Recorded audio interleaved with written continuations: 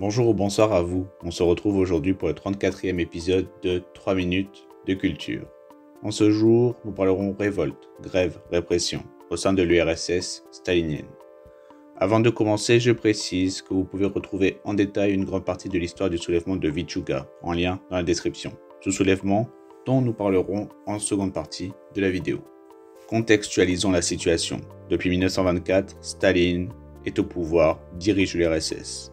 Pour ce faire, il élimine tous ceux qui sont contre lui. Il met en place une grosse vague de répression dès son arrivée au pouvoir, mais qui s'intensifiera plus tard. Ensuite, il mettra en place, entre 1927 et 1929, de grosses réformes, avec notamment la collectivisation intégrale des terres agricoles, une grande planification de production, fin de la propriété privée, fin des koulaks. Les koulaks, ce sont des propriétaires paysans qui faisaient travailler des gens. En gros, c'était un peu des paysans un peu plus riches, parce que riche, c'est un grand mot en URSS. Et la modernisation et industrialisation à marche forcée de tout le pays. Vint ensuite la crise économique de 1929, qui ne toucha pas beaucoup l'URSS, mais qui l'affaiblit toujours un peu plus, car l'URSS n'était déjà pas au top de sa forme à cause des nombreuses réformes faites par Staline.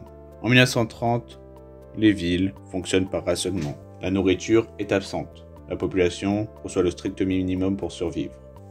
Car depuis 1928 et le lancement du premier plan quinquennal d'objectifs de production, Staline privilégie l'industrie lourde et les communications au détriment de l'agriculture et des industries de consommation. Le pays, fort de l'extérieur mais malade de l'intérieur, doit faire face au mécontentement de la population. Les salaires et les rations baissent dans les années 30. Les koulaks, dont un grand nombre d'Ukrainiens, refuseront cette déprivatisation et planification forcée. Cela leur vaudra en Ukraine une famine planifiée par Staline. La dékoulakisation, la baisse des rations, les conditions de travail de vie insalubres et la diminution des salaires feront naître des mouvements de protestation dans d'autres contrées, comme celle de Vichuga, dans l'oblast d'Ivanovo. De cette ville industrielle, fort de l'exode rural et de son doublement de population entre 1922 et 1932, naîtra un climat trotskiste. En 1931 et 1932, l'OGPU, la police secrète soviétique, enregistrera de nombreux mécontentements et un fort taux d'absentéisme au sein des usines de Vichuga.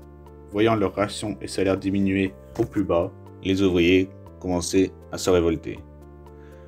Petite anecdote, sachant même qu'il y avait une famine en URSS, surtout dans le sud de l'URSS et en Ukraine, Staline continuait d'exporter des produits agroalimentaires, sûrement pour bien se faire voir de l'étranger, pour dire qu'il n'y a fait rien. D'ailleurs, ces famines, à l'époque, nous en avions que très peu la connaissance.